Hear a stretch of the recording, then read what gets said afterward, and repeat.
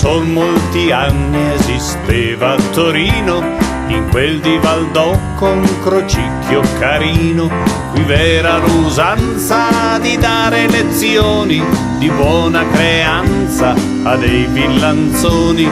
Qui v'era l'usanza di dare lezioni di buona creanza a dei villanzoni.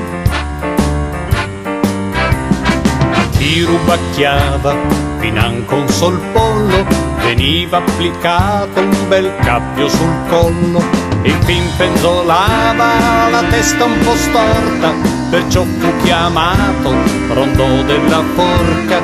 E infin penzolava la testa un po' storta, perciò fu chiamato rondò della forca.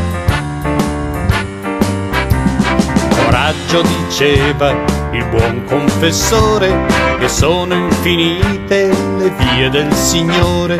Qui ora la via è una sola mi pare, ed è che tra poco io debbo crepare. Qui ora la via è una sola mi pare, ed è che tra poco io debbo crepare. Mi piace pensare a com'era bello vedere quel boia levar lo sgabello. Pensate che spasso, amici diletti, vedere il malvagio tirare i calcetti. Pensate che spasso, amici diletti, vedere il malvagio tirare i calcetti.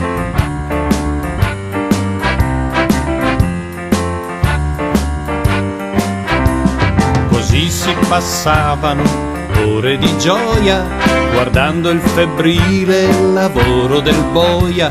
Ma adesso a Rondò più nessun si sollazza, han tolto le forche, han fatto una piazza.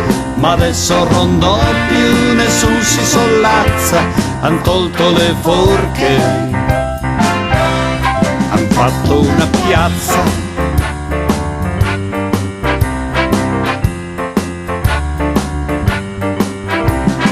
Spera soltanto in un qualche incidente che possa distrarre un pochino la gente. Tornando alle forche or le cose van storte, perché hanno abolito la pena di morte. Tornando alle forche or le cose van storte, perché hanno abolito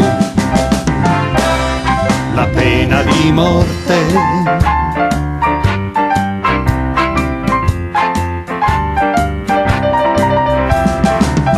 Che se fosse ancora oggi vigente sarebbe insoluto un problema un po' urgente, già che non esiste una piazza che alloggi la forca per tutti i ladri di oggi.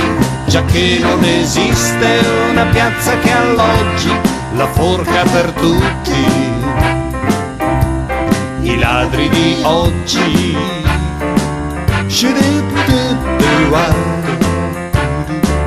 Should have to do